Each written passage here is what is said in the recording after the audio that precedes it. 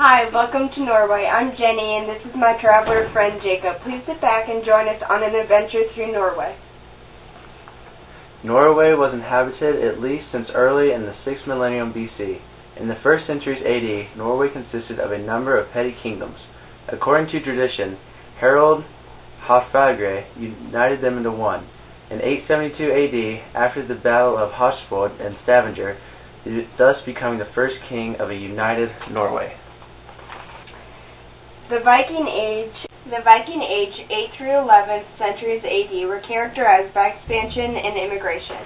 Many Norwegians left the country. The modern-day Irish cities of Limerick, Dublin, and Waterford were founded by Norwegian settlers. Norse traditions were slowly replaced by Christianity in the 10th and 11th centuries.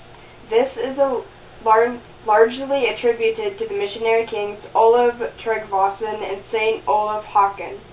The Good was Norway's first king in the mid-10th century, though his attempt to introduce the religion was rejected.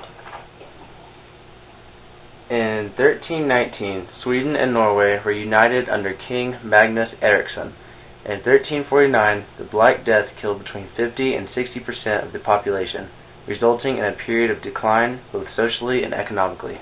Christian Michelsen, a Norwegian shipping magnate and statesperson, Prime Minister of Norway, from 1905 to 1907, played a central role in the peaceful separation of Norway from Sweden on June 7, 1905. Norway has been an independent country since.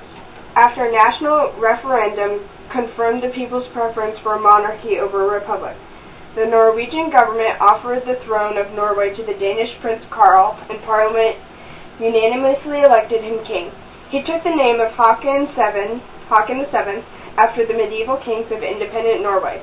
In 1898, all men were granted universal suffrage, followed by all women in 1913. During World War I, Norway was a relatively neutral country. Assuming you're a new traveler to Norway, you're going to want to know what the weather conditions and seasons are like. Norway experiences warm temperatures and more precipitation than was expected at such northern latitudes. The mainland has 4 distinct seasons. The northern and western parts of Norway have more precipitation and milder winters than the southeastern parts.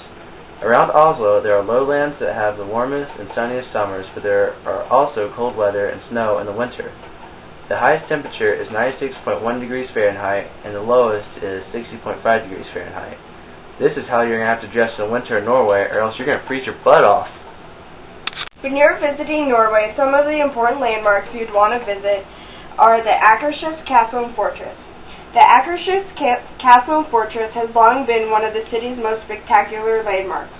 In 1299, King Håkon V Magnusson ordered the construction of the Akershus so that Oslo could have better protection from its enemies. Because they needed to expand the city, the outer rampart was demolished in the early 19th century. However, it was eventually restored. The Akershus grounds are regularly used to host concerts and state functions. Another landmark in Norway that you're definitely going to want to visit is the cathedral. Completed towards the very end of the 17th century, the Domkirke of today has a fairly simple square tower and green copper spire, but important nevertheless. The cathedral stands next to the Stortinget and has been used for a number of royal Norwegian weddings over the years. Another one of the landmarks that you'd like to visit is the Royal Palace. The Royal Palace lies within Oslo's central public park of Slottsparken and stands atop the Slottsbakken Hill. Still used today by the current King of Norway, the Royal Palace was built between 1825 and 1849. Guided tours of the palace are available during the summer months. Also, tickets are often very hard to come by. Norway's economy. Norwegian income is among the world's highest per capita. North Sea oil and gas are one of the cornerstones of Norway's economy. Major industries of Norway rely on fishery, pulp, forestry, mining, manufacturing, and shipping. Traditionally, the country is a fishing nation. 90% of the fish caught are exported. Whaling is a subject of controversy and resumes despite an international ban. Fish farming is growing with government assistance. Norway is now the world's leading producer of salmon. Some Norwegian cultural differences and customs are that women may take up to 1 year's maternity leave or at 80% pay, or 10 months at 100% pay. If invited to a Norwegian's home, bring flowers, chocolates, pastries, wine, or imported spirits to the hostess. Do not give carnations, lilies, or white flowers, as they are used at funerals. Do not give wreaths, even at Christmas. Do not give even number of flowers. Norwegians are punctual in both business and social situations. Offer to help the hostess with the preparation or clearing up after a meal is served. Do not discuss business. Norwegians separate their business and personal lives. They are scrupulous about honesty and communication, often to the point of pointing out the negatives in their own proposals in greater detail than the positives. If you are delayed even 5 minutes, it is polite to telephone and explain the situation. Arriving late without prior notice can damage a potential relationship. The currency of Norway is the krone. $1 is about 6.5 kroner. This is a traditional Norwegian male outfit. Norwegian cuisine is largely based on the raw materials available in a country dominated by mountains, wilderness, and the sea. It differs in many respects from its continental counterparts, with a stronger focus on game and fish.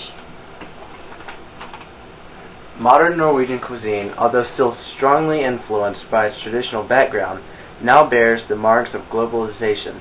Pastas, pizzas, and the like are as common as meatballs and cod as staple foods, and urban restaurants sport the same selection you would expect to find in any Western European city. Thank you for joining us on our tour around Norway, and we hope you had as much fun as we did.